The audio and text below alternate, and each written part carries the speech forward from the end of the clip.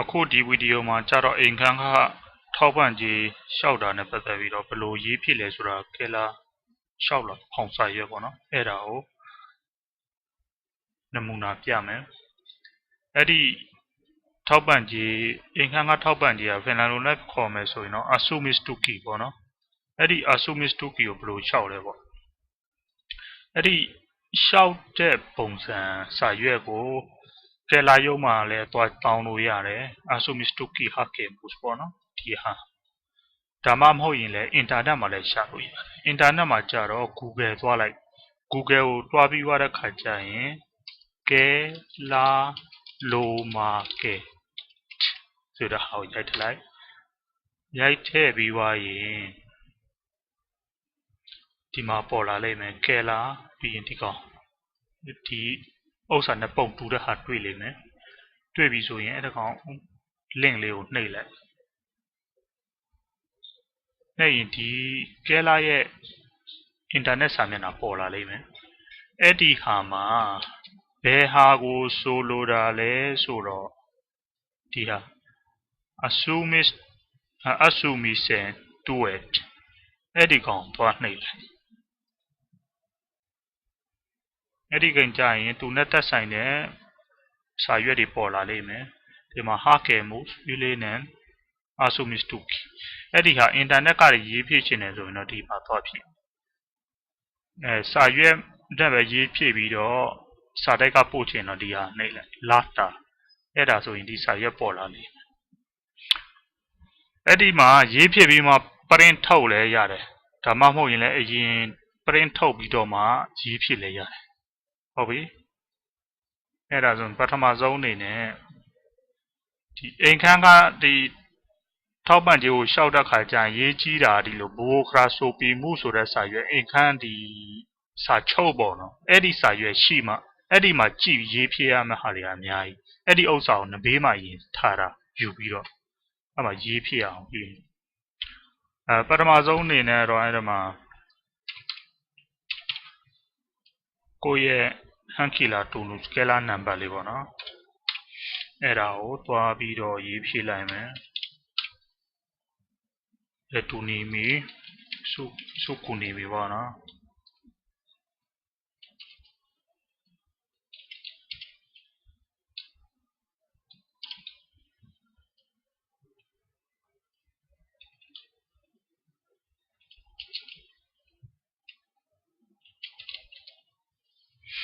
အဲ့ဒီမှာရေးလိုက်ပြီးနု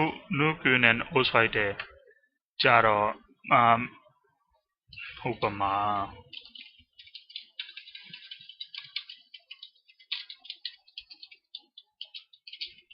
အဲ့ဒါလိုရေးလိုက်မယ် posti numero robani ရဲ့မြို့လေဟာတွေကြတော့အခုနေနေအိမ်နော်အခုနေထိုင်တဲ့မြို့ကလည်းရိုဘာနီရဲ့မိပဲတယ်လီဖုန်းနံပါတ်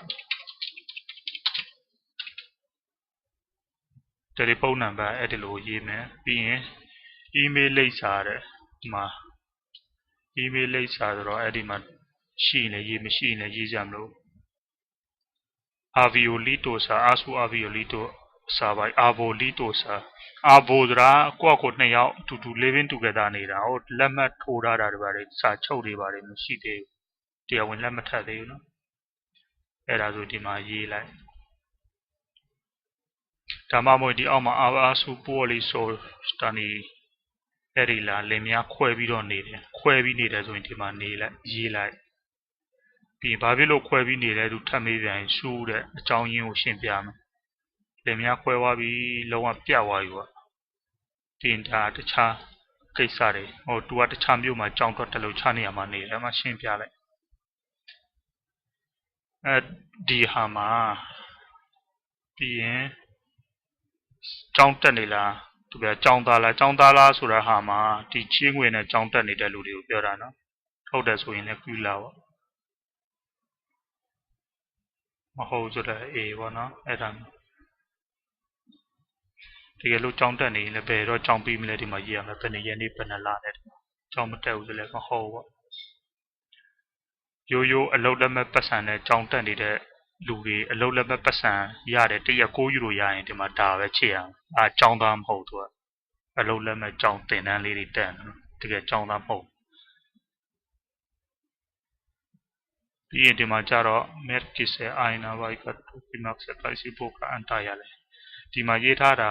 ထောက်ပံ့ဒီ Asumis Tuki လို့ခေါ်တဲ့အိမ်ခန်းကထောက်ပံ့ကြီးကအိမ်ခန်းပန်ချင်းစီကိုပေးတယ်ဆိုပေမဲ့လေနင်းရဲ့ဗန်နံဘတ်ကိုရေးပေးပါတဲ့သူတို့ကတော့ပေးတာတော့အိမ်ခန်းပိုင်ရှင်စီကိုတစ်ခါတည်းပေးတယ်ဆိုပေမဲ့လေကိုယ့်ရဲ့ဟာပေါ့နော်အဲ့ဒီမှာရေးလိုက် FI နဲ့စတာပြီးရင် Hakemus ရှောက်လွာရှောက်တယ်အိမ်ခန်းထောက်ပံ့ကြီးကိုဘယ်နည်းရက်နေရာတွေစရှောက်လဲဟုတ်ပြီငါရှောက်တယ်တရက်နေ့တက်လာပိုင်း2023ကနေစပြီးတော့အဲ့ဒီအိမ်ကိုပြောင်းမယ်အိမ်မှာစပြီးပြောင်းတယ်အဲ့ဒီအိမ်ကအဲ့ဒီမှာစနေတာဒါမှမဟုတ်ရင်လည်းဒါအစ်စ်လျှောက်တာနော်ဒီအိမ်မှာတစ်ခါမှမလျှောက်သေးဒီအိမ်ကအခုမှပဲပြောင်းသွားပြီးတော့နေရင်အဲ့ဒီမှာလျှောက်အဲ့ဒီမှာပဲရေးဖြစ်ရမှာဒီကောင်မှာပဲဒါမှမဟုတ်ဘူးဆိုရင်ဟိုအရင်ကနေနေတဲ့အိမ်မှာပဲတစ်နှစ်တစ်ခါရေးဖြစ်တယ်ဆိုရင်ဒီရက်ကွက်မှာရေးပြရမယ်။ Hi Asumi Store Target Store Star ဆိုတာ Target Store ဆိုတာစစ်ဆေးတာဘယ်နေရနေရတယ်ဘယ်ချိန်ရတယ်အဲ့ဒီလိုဒီအကွက်မှာစစ်ဆေးတဲ့ဥစ္စာကိုရှောက်တဲ့ခါကျရင်အတိတ်ပဲကအိမ်ခန်းခတိုးလာတဲ့အခါမှာအိမ်မှာကလေးတစ်ယောက်ပိုလာတယ်ဒါမှမဟုတ်ရင်ဟိုတယောက်ရော့သွားတယ်လင်မယား2ယောက်မှာတယောက်ခွဲပြီးနေတယ်စားရှိတဲ့ပြပေါ့အသက်16နှစ်ပြည့်တဲ့ကလေးကအိမ်ကနေပြောင်းထွက်သွားတယ်ဗျာဒါမှအဲ့ဒီဒါမှမဟုတ်ရင်ကြောင်းတက်နေတာတွေကြောင်းမတက်တော့ဘူးကြောင်းမတက်တဲ့ချိန်ကနေကြောင်းတက်တယ်အပြောင်းလဲတစ်ခုခုဖြစ်တိုင်းအဲ့ဒီ Asumistuki Darkest 2ဆိုတဲ့ဒီအကွက်ကိုချိတ်ပြီးတော့အများအားရှောက်ပေးပါမဟုတ်ရင်ကဲလာသူပို့ပြီးပေးထားတဲ့ပတ်စံတွေနောက်မှပြန်ယူတတ်တယ်အဲ့ဒါအရေးကြီးတယ်ဒီဥစ္စာအများအားအပြောင်းလဲရှိတိုင်းဒီမှာချစ်ပြီးတော့ပြန်ရှောက်တယ်ဟုတ်ပြီဒါဆိုရင်ဆက်ပြီးတော့သွားမလားအသစ်လျှောက်တယ်ပေါ့နော်တကယ်လို့အသစ်ဒီမှာပြောင်းလဲဖြစ်တယ်ဆိုရင်လည်းဒီမှာအပြောင်းလဲကိုချိန်ပြီးသွားရင်ပါလေဝင်ငွေပြောင်းလဲတယ်အလုပ်ရလို့လက်ခဟုတ်ပြီပြီးရင်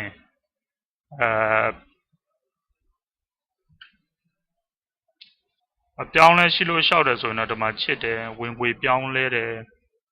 အိမ်မှာလူတွေဒီမှာဟန်ကီလမာရာမို့တော့ဘယ်နေရတဲ့တွေစပြီးလူပိုလာတယ်ရော့သွားတယ်ဟုတ်ပြီနော်အဲ့ဒါလေးအိမ်ခန်းပြောင်းသွားပြီပြောင်းလဲဖြစ်တယ်နော်အိမ်ခန်းဘယ်လိုပြောင်းသွားလဲဘယ်ရတဲ့ဘယ်ကိုပြောင်းလဲ Sumis Meno Motors အိမ်ခန်းခပြောင်းသွားပြီဆိုရင်ဒီမှာချစ်ရမယ်အိမ်ခန်းခတိုးသွားတယ်ကွာဈေးကြီးလာတယ်ဒီမှာချစ်ပြီးတစ်ခါကဲလာမှပြန်သွားတင်ပေးရတာဒီမှာကြတော့ကိုယ့်အိမ်မှာတစ်ခါအပြင်လူတယောက်ငှားပြီးပေးနေတဲ့လူတွေအတွက်ဝင်လာတယ်ပြန်ပြီးတော့ထွက်သွားတယ်အဲ့ဒါမျိုးဒီမှာကြတော့အိမ်ခန်းပိုက်ရှင်ပြောင်းလဲဖြစ်တာတွေဟိုမှာအိမ်ကပိုင်ရှင်ပြောင်းသွားတယ်တခြားတယောက်ဝယ်တယ်ကိုကတော့နေတဲ့လူကတော့နေတာမျိုးဟုတ်ပြီဒါဆိုရင်ဒါတော့အသစ်ပေါ့နော်ရှောက်တယ်ပြီးရင်နောက်စာမျက်နှာတစ်ခုမှကြတော့ရှောက်ထားတဲ့လူရဲ့မိမနာမည်ပေါ့နော်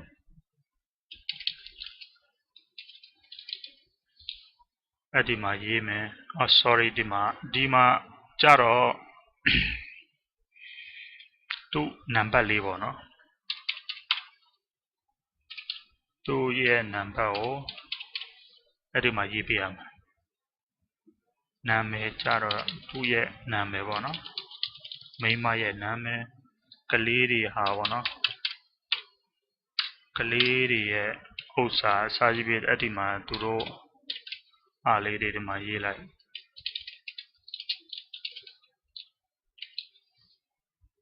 ဒီမှာအဲ့ဒါမျိုးလေးတွေရေးသွားလိုက်ပြီးရင်သူကကြောင်းတက်နေလားဟုတ်တယ်မလားအဲ့မျိုးလေးတွေကြောင်းတက်ပဲနေရင်ဒီပြီးမလဲအစာကြီးပေါ့အဲ့ဒါလေးတွေရေးပြလိုက်ကလေးက9ယောက်ရှိ9ယောက်လုံးရေးပြလိုက်9ယောက်လုံး6ယောက်ဖြစ်နေတော့နောက်စာမျက်နှာတစ်ခုမှဖြစ်အောက်မှာဖြစ်ထပ်ပြီးရှင်းပြလိုက်ပေါ့ပြီးရင်ဒီမှာလာခနဲ့ပတ်သက်ပြီးတော့ဝင်ငွေရှိတယ်လားမရှိဘူးလားမရှိဘူးရှိတယ်ရှိတယ်ဆိုရင်ဘယ်လိုရလဲဘယ်လိုလဲတစ်လားဘယ်လောက်ရလဲဒီမှာရေးပြရမှာဟုတ်ပြီ မိမရတယ်ဆိုလည်းမိမပေါ့နော်ကိုယ့်ရဲ့မိမလက်ခရှိရဲအဲ့ဒါမှရှင်းပြမယ်မရှိဘူးလက်ခနင်တို့အိမ်မှာတဲ့ចောင်းသားတွေရှိလားတဲ့အဲ့ဒီမှာအဲ့ဒီចောင်းသားကလည်းလာတိုင်းလို့အလုပ်လုပ်နေတာမျိုးအဲ့ဒါမျိုးတွေရှိလားရှိရင်လည်းရှိတယ်ဆိုတော့ရှင်းပြရတော့မအောင်ပါနော်မရှိဘူးဆိုတော့ဘာရှင်းပြလဲဒါကြတော့အလုတ်တမားတမကအဖို့ဝင်တဲ့အရင်ကလက်ခနဲ့အလုတ်လုပ်ပြီးရင်လာစဉ်ကြီးကိုအဖွဲ့ဝင်ဖြစ်ပေးထားတဲ့လူမပေးဘူးဆိုတော့အရင်လည်းအလုတ်လည်းမရှိဘူးပေးလည်းမပေးဖြစ်ဘူးဆိုတော့အေးပေါ့မရှိပေါ့ပြီးရင်ကဲလာမှာအလုံးလက်မထောက်ပံ့ကြည့်လဲရှောက်အောင်ပါလားတဲ့ရှောက်တာပေါ့တကယ်လို့အလုံးမရှိရှောက်ရတာပြီးရင်တခြားဝင်ငွေတွေရောရှိလားတဲ့ပိုင်ဆိုင်မှုတွေအဲ့ဒါမျိုးတွေနဲ့မရှိပါဘူးတခြားစီးပွားရေးနဲ့ပတ်သက်တာတွေအိမ်ငှားတာတွေတခြားဥစ္စာတွေရောရှိလားမရှိဘူးနင်တို့ကစီးပွားရေးပိုင်ရှင်တွေဘာတွေညာတွေနင်တို့ဟုတ်လားမဟုတ်လားပေါ့နော်ဒါတွေထပ်ပြီးတော့ရေးရမှာဒီမှာရေးကြမလို့တော့ဒီကောင်းတွေမှာချတော့မရှိဘူးပဲထည့်ပေးလိုက်အထက်မှာဝင်ငွေအပြောင်းလဲရှိလားမရှိဘူးပေါ့အဲ့ဒါမျိုးနော်အပေါ်ကွက်မှာတော့မဖြစ်ပါနဲ့တော့ဒီနောက်စာမျက်နှာတစ်ခုကိုဆက်သွားမယ်အိမ်ခန်းနဲ့ပတ်သက်တာဟာအဲ့ဒီချိန်ကျရင်အဆုံတို့တည်ရတော့အိမ်ခန်းရဲ့ဥစ္စာကြတော့ဒီဘူရိုကရာဆိုပီမှုဆိုတဲ့စာရွက်အဲ့မှာနဘေးမှာထားပြီးတော့အဲ့ဒါမှာကြည့်လိုက်ဒါနမူနာနော်ဒီမှာကြတော့နာမည်တွေပါတယ်ဘာမကြည့်သားသေးအင်တာနက်တွေ့လို့နမူနာယူပြထားတာအိမ်ခန်းစာချုပ်ဆိုလက်မှတ်ထိုးထားပြီးရင်ဒီလိုဟာမှာရေးတာအိမ်ခန်းဘယ်လောက်ကျဲတယ်တစ်လကိုဘယ်လောက်ပေးရမလဲဒါမျိုးလေးတွေပေါ့နော်โอเคအဲ့ဒါ Hi assumes to ငါဒီအိမ်ခန်းကထောက်ပံ့ကြိုးရှောက်တယ်စစ်ဆေးတာနဲ့ပတ်သက်တော့ဗောနော်ဒါကတော့စစ်ဆေးတဲ့ဥစ္စာဘာမှအိမ်ခန်းထွက်အိမ်ခန်းကဈေးလည်းမကြီးလာဘူးပြောင်းလဲလည်းမရှိဘူးဘာမှမရှိဘူးဗောနော်အဲ့ဒါမှအဲ့ဒါယူရှောက်တဲ့ဥစ္စာဒါမှကြတော့အိမ်ခန်းငှားပြီးနေတဲ့ဥစ္စာနဲ့ပတ်သက်ပြီးတော့ရှောက်တာဖြစ်တယ်တဲ့အဲ့ဒီမှာ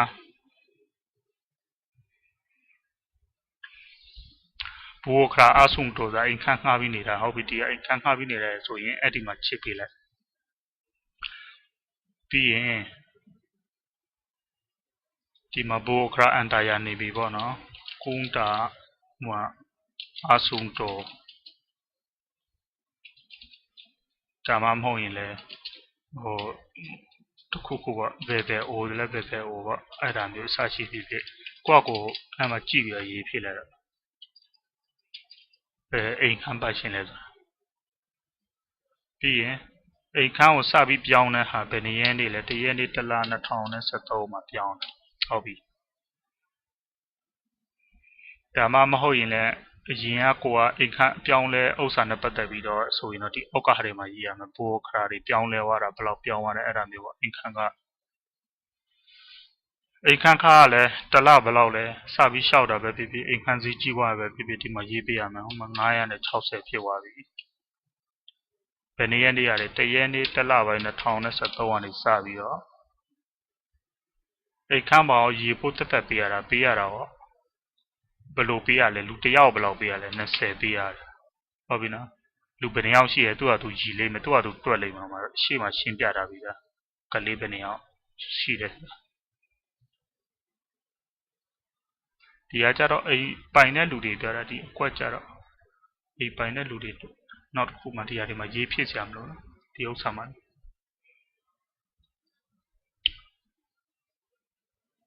ဒီမှာအိမ်ခန်းခတဲ့မှာတဲ့မိဖိုးပါလားတဲ့ဒီအကွက်မှာပြတာကမပါဘူးပါတယ်ဟုတ်ပြီနော်အများကြီးတော့မပါပါဘူးမိဖိုးကတက်ပေးနေရတော့စကူလာစကူလာနဲ့မှာရောတဲ့အဲ့ဒီချီးငွေတွေပါတယ်ရှိလားတဲ့ပတ်စံချီထားတာတွေအဆုံတို့လိုင်းတာတို့ပါတယ်မရှိပါဘူးအိမ်ငွေလို့ချီထားတဲ့အကျွေးတွေပြောတယ်你တို့အိမ်မှာတခြားတစ်ယောက်ကိုထပ်ပြီးငှားထားသေးလားအိမ်ထဲမှာတစ်ခါကိုကသူများအိမ်မှာငှားပြီးကိုကတစ်ခါလူများထပ်ငှားသေးတယ်အဲ့ဒါလိုတွေတွေ့ပြောတာဒီမှာကျတော့ဒီဘယ်လောက်ရတယ်ပြန်ရေးပြရမလို့ပြီးရင်ဒီမှာအိမ်ရဲ့အကျယ်အဲ့ဒီဥစ္စာဒီဘိုကရာဆိုပြမှုမှာသွားကြည့်အိမ်ခန်းဘယ်လောက်ကျယ်တယ်ဆိုတာဟာနော်သူအဲ့ဒီဟာဘယ်မှာသွားရေးထားလဲဆိုတော့ဒီမှာပင်းတာအာလာဆိုတဲ့ဟာလေးအဲ့ဒီဟာမှာသွားကြည့်သူကရေးထားတာဥမာ60ကျယ်တယ်ဆိုရင်အဲ့ဒီ60ဒီမှာလာရေးပေးလိုက်60ကျယ်တယ်ဟုတ်ပြီနော်အိမ်ခန်းတစ်ခုလုံးရဲ့အကျယ်ရပြီဒီအကွက်ပြေးဖြစ်နေကြမလို့ဒီအိမ်ကဘယ်နှခုနဲ့ဆောက်ထားတာလဲအဲ့ဒါလဲဒီစာချုပ်မှာသွားကြည့်ကြည့်အိမ်ခန်းစာချုပ်မှာသူရေးထားလိုက်မယ်ဘယ်နှခုနဲ့အိမ်ဆောက်တာလဲဆိုတာမသိဘူးဆိုရင်တော့အိမ်ခန်းပိုင်ရှင်ကိုမမေးရဘူးဟို1966ဒီဥစ္စာတွေပါတွေကပြင်ထားတာလားမပြင်တာလားဒါတွေမေးတာပြင်ထားတယ်ဆိုရင်တော့အဲ့ဒီဖောင်စာရွက်တက်နဲ့အိမ်ခန်းပိုင်ရှင်မှာသွားပြီးတော့ထိုက်ရေးခံရမှာအများကြီးကတော့အိမ်တွေကအဟောင်းတွေပဲတီးတိုင်တစ်ခုလုံးကောင်းပြင်ထားတာမရှိဘူးနော်မအေးပဲနှိပ်လိုက်ဒီမှာအကျွေးတွေရှိလားတဲ့ဗန်မှာအကျွေးဆိုကြီးကြီးကျယ်ကျယ်အိမ်ငှားတာတွေဘာတွေညာတွေလောက်တာတဲ့ဟာတွေတခြားဟာတွေဝင်ငွေတဲ့ဘာမှမရှိဘူးအကျွေးလဲဘာမှဒီစီးပွားရေးပိုင်ဆိုင်မှုတွေဝင်ငွေတွေဘာတွေလည်းမရှိဘူးဒီမှာလည်းဘာမှကြီးကြီးကျယ်ကျယ်တွေဟိုမှာအိမ်တွေဘာတွေပိုင်တာတွေလည်းမရှိဘူး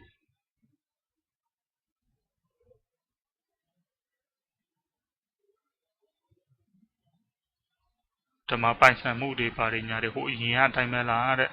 အရင်အတိုင်းပဲလားပေါ့အရင်တိုင်းပဲဘာပြောင်းလဲ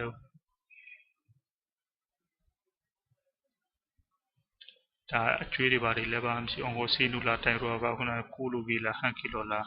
အကျွေးရှိလားတဲ့နင်တို့အိမ်ကလူတွေမှာဘာအကျွေးမှမရှိဘူးအကျွေးဆိုတာသူများ20 30ပေးရမှာအကျွေးပြောတာမဟုတ်ဘူးအိမ်ခန်းတွေဝယ်ဟိုဟာတွေဝယ်သိန်းနဲ့တောင်းနဲ့ချီအကျွေးတွေပြောတယ်ပြီးရင်မှာအဆူမစ်တူကီမတ်ဆက်တာဘဒူကိုပေးရမလဲတဲ့အဲ့ဒီအိမ်ခန်းကထောက်ပံ့ကြေးကိုဟုတ်ပြီငါ့ကိုပဲပေးပါဒါမှမဟုတ်ရင်လည်းအိမ်ခန်းပိုင်ရှင်ကိုပဲပေးလိုက်ပါဟုတ်ပြီနော်ဒါအိမ်ခန်းပိုင်ရှင်ကိုပေးလိုက်ဒါငါ့ကိုပဲပေးယူလာပြီးတော့သူကိုဘန်တဲ့ပေးပေးလိမ့်မယ်နော်ကိုဘန်ထည့်ပေးရမယ်အိမ်ခန်းပိုင်ရှင်ကိုပေးမယ်ဒါမှမဟုတ်ရင်လည်းဒီဥစ္စာမှာကြတော့ဟိုကိုကအိမ်ခန်းကထောက်ပံ့ကြေးလျှောက်တာ2 လလောက်နောက်ကျသွားတယ်လေ1 လကျော်2 လလောက်ကဲလားပြန်ပြီးတော့နောက်မှပြန်ပေးတယ်ရင်လာဟာတွေအဲ့ဒီပြန်ပေးရမယ့်ဟာတွေကဘယ်သူ့ကိုပေးရမလဲငါ့ကိုပေးရမလားအိမ်ခန်းပိုင်ရှင်ကိုလားအဲ့ဒါမှချစ်ပေးရမယ်ဒါနောက်ကျမှရှောက်တဲ့ဟာဟုတ်ပြီငါ့ကိုပဲပေးလိုက်ရတယ်ဟုတ်ပြီနော်ပြီးရင်တကယ်လို့ဘိုခရာအန်တာယာဆိုရင်လည်းဒီမှာဘိုခရာအန်တာယာဘဒူလဲဟုတ်ပြီနော်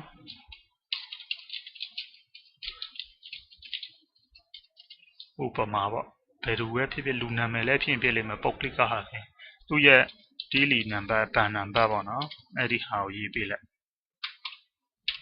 ပမာတော့ဒါနမူနာအနေနဲ့ရေးပေးတာဗီတယ်နူမရိုဆိုတာလည်းရှိလိမ့်မယ်အဲ့ဒီဗီတယ်နူမရိုကဘယ်မှာသွားရှာလဲဆိုရင်အဲ့ဒီဗီတယ်ကဥပမာ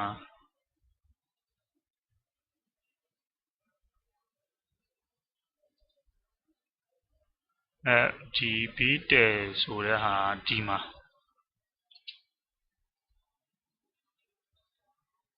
ဒီဟာပြောတာဗီတယ်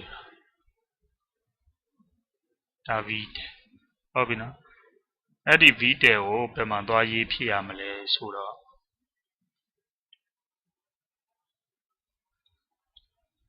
ဒီမှာရေးဖြစ်ရမယ်ဗီတယ်နမူနာပြီးသွားတဲ့ခါကျရင်လီးတယ်ဆိုတာဒီထောက်လျှောက်လွှာနဲ့အတူတူဘာစာရွက်တွေထည့်ပေးသေးလဲ ဝင်ငွေနဲ့ပတ်သက်တဲ့ဟာတွေအမှကိုထည့်ပေးတဲ့ဟာလေးတွေကိုချစ်ပေးရမှာဖြစ်တယ်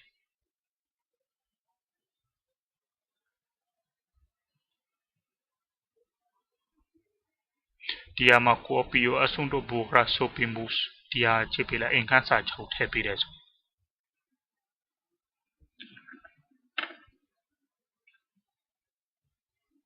ပြီးရင်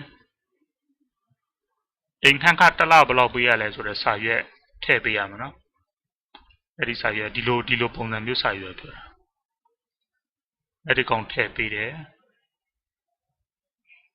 ဒါတော့ line နာတွေပါတယ်နဲ့ပတ်သက်တာချီးငွေတွေနဲ့ပတ်သက်တာဟာတွေကျန်တာတွေတော့အဓိကမလို့တော့ပါဘူးအလုံးလုံးနေတဲ့လူဆိုရင်တော့ဒီမှာရှင်းပေးရမှာအလခစာရွက်တွေပါတယ်တကယ်လို့ရိုးရိုးအလုံးလက်မနဲ့လူဆိုတော့အဓိကတော့အိမ်ခန်းစာချုပ်ရယ်ပြီးရင်အိမ်ခန်းခဘယ်လောက်ပေးရတယ်ဆိုတော့ last ခုစာရွက်ရယ်ထည့်ပေးရပြီပြီးရင်တခြားဘာစာရွက်တွေဒီမှာပြထားတာမဟုတ်ပဲတခြားဘာစာရွက်တွေထည့်ပေးလဲဘာစာရွက်လဲဒီမှာရှင်းပြ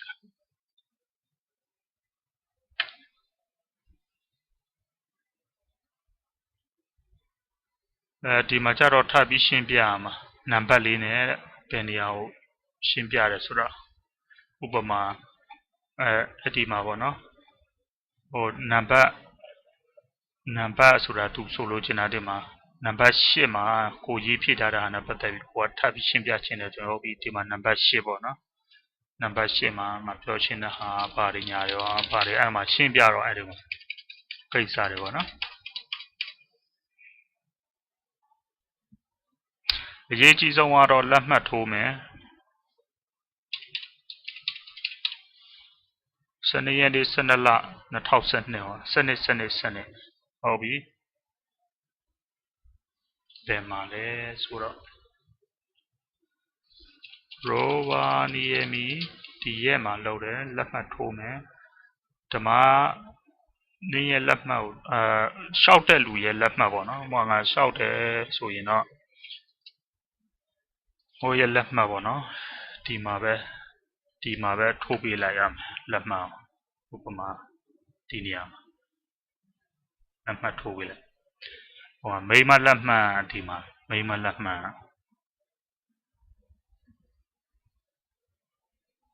အဲ့ဒါအဲ့ဒီမှာလက်မှတ်တွေကိုဒီမှာထိုးပြီးသွားရင်နောက်ဆုံး print ထုတ်တာပဲဖြစ်ဖြစ်ဒါမှမဟုတ်စာရွက်မှာရေးဖြစ်တယ်ဆိုရင်တော့ဒီလောက်ပဲ